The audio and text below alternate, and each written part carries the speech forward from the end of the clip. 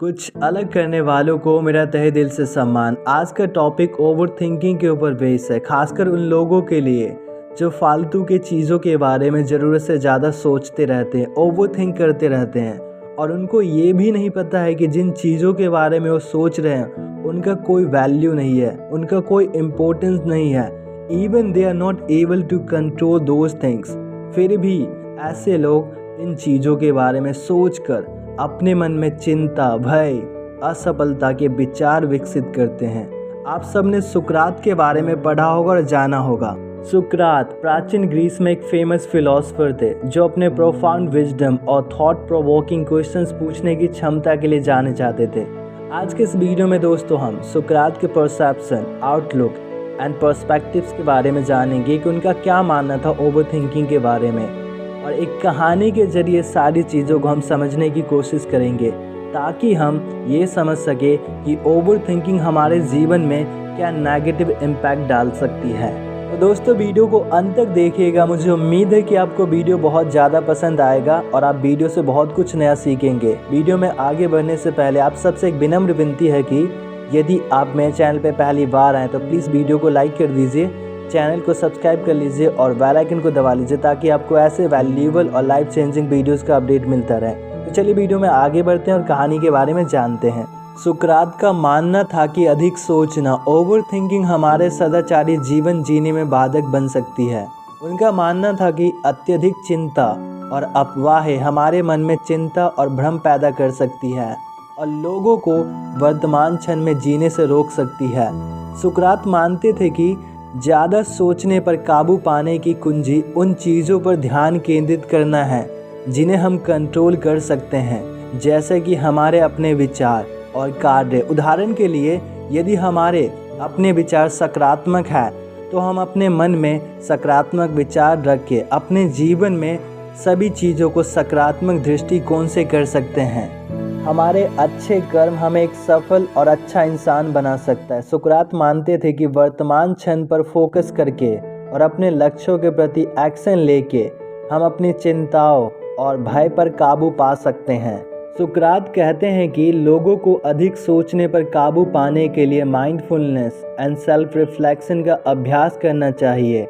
और सुकरात लोगों को यह भी सलाह देते हैं कि लोगों को नए दृष्टिकोण और अंतर्दृष्टि पाने के लिए दूसरों की एडवाइस एंड गाइडेंस लेना चाहिए ताकि इंसान अपने ओवर थिंकिंग को कंट्रोल करना सीख सके। एक दिन एक युवक सुकरात के पास आया और उसने एडवाइस मांगी कि हर चीज़ के बारे में ज़्यादा सोचना, ओवर थिंक कैसे बंद किया जा सकता है। सुकरात ने उत्तर दिया, मैं तुम्हें एक कहानी सुनाता हूँ। एक बार की बात है, एक व्यक्ति था जो अपने विचारों से ग्रस्त था, जो उसके दिमाग में लगातार दौड़ रहे थे। वह व्यक्ति अपने विचारों को कंट्रोल नहीं कर पा रहा था और वह सारे विचार उसे बहुत परेशान कर रहे थे। इसलिए वह एक दिन एक बुद्धिमान ऋषि के पास गया और उसने ऋषि से मदद मांगी कि वह कैसे अपने विचारों को कंट्रोल कर सकता है। ऋषि ने उस आदमी की समस्या को ध्यान से सुनी और उसे एक काम दिया।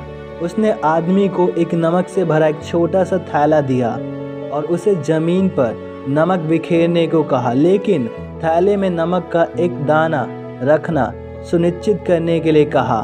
उस आदमी ने वैसा ही किया जैसे उसे निर्देश दिया गया था और थैले में एक दाना रखने के लिए सावधानी बरतते हुए नमक को ज़मीन पर बिखेर दिया। जब वो ऋषि के पास लौटा तो ऋषि ने उसे नमक के सभी दाने इकट्ठा करने और उन्हें वापस थैले में रखने के लिए कहा। वह आदमी अविश्वसनीय था। उसने ऋषि से कहा कि उसने जो नमक के दाने बिखरे हैं उन्हें इकट्ठा करना असंभव है। ऋषि ने तब उसे समझाया कि जिस तरह नमक के सारे दाने इकट्ठा करना असंभव है, उसी तरह उसके दिमाग में आने वाले हर विचार को कंट्रोल करना भी असंभव है। उस आदमी को ऋषि के शब्दों की बुद्धिमत्ता का एहसास हुआ और उसने अपने अति सोच, ओवर थिंकिंग को जाने देना सीख लिया। उसने स्वीकार किया कि कुछ चीज़ें उसके नियंत्रण से बाहर थे और यह बेहतर था कि वह उस पर ध्यान केंद्रित करे जिसे वह कंट्रोल कर सकता था। युवक ने सबक समझा और कहानी के लिए सुकरात को धन्यवाद दिया। तब से वह युवक ने वर्तमान क्षण पर ध्यान केंद्रित करना शुरू कर दिया और यह महसूस करते हुए कि कुछ चीज़ें उसके नियंत्रण से बाहर थी, उसने अपने अति सोच ओवर थिंकिंग को जाने देना सीख लिया। दोस्तों, कहानी का नैतिक उन दोनों व्यक्तियों पर ही लागू नहीं होता बल्कि हमारे जीवन पे भी लागू होता है। कई बार हम भी उन चीज़ों पर अपना कीमती समय बर्बाद कर रहे होते हैं जो हमारे कंट्रोल के बाहर होते हैं। इसलिए हमारे मन में ज़्यादा सोचने की अवधारणा विकसित होती है जो हमारे मन में तनाव, चिंता, भय और असफलता पैदा करती है। दोस्तों, मेरा आप सबसे एक विनम्र विनती है कि सिर्फ वर्तमान क्षण में जीना सीखिए और अपने लक्ष्यों पर फोकस करना सीखिए। तभी आप अपने ओवर थिंकिंग को छोड़ सकते हैं जो आपके कंट्रोल से बाहर है। उनके बारे में सोचना अपनी ऊर्जा और समय को बर्बाद करना है जो चीज़ें आपके कंट्रोल के बाहर हैं। दोस्तों, आप सभी को तहे दिल से धन्यवाद इस वीडियो को देखने के लिए। मुझे उम्मीद है कि आपने एक ग्रेट लेसन सीखा होगा और आपने कुछ भी नया सीखा इस वीडियो से, तो मैं समझूंगा कि मेरा एफर्ट सफल रहा। आप सभी को फिर से तहे दिल से धन्यवाद इस वीडियो को देखने के लिए। प्लीज़ मुझे सपोर्ट कीजिए, आप सबकी सपोर्ट की ज़रूरत है मुझे। प्लीज़ आप मुझे सपोर्ट कर सकते हैं मेरे चैनल को सब्सक्राइब करके। अगले वीडियो में मिलते हैं एक नए टॉपिक के साथ। सीखते रहिए और जीवन में आगे बढ़ते रहिए।